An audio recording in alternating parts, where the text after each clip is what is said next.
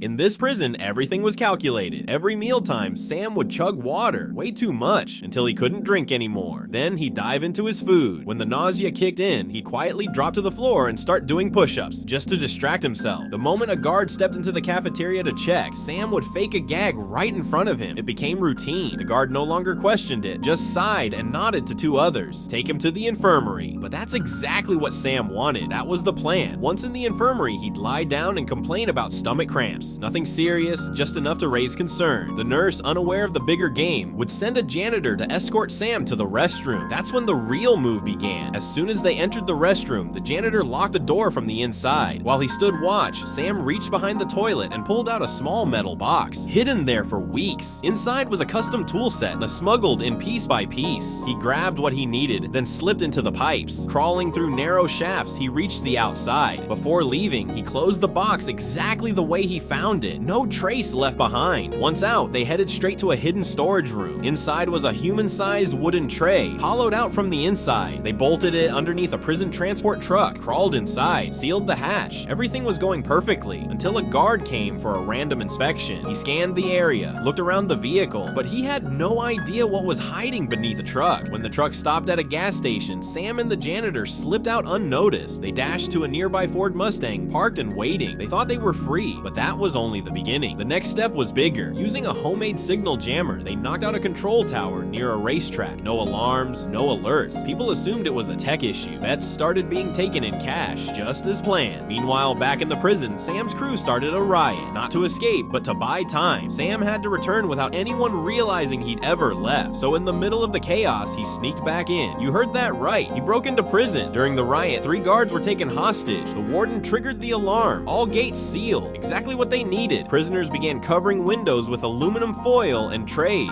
Security cameras blinded with peanut butter. While the warden was still figuring out what was going on, Sam was already back in his bed, breathing steady. But this wasn't over, because for the next part of the plan, Sam wouldn't rely on guards, prisoners, or janitors. This time, his partners were cockroaches.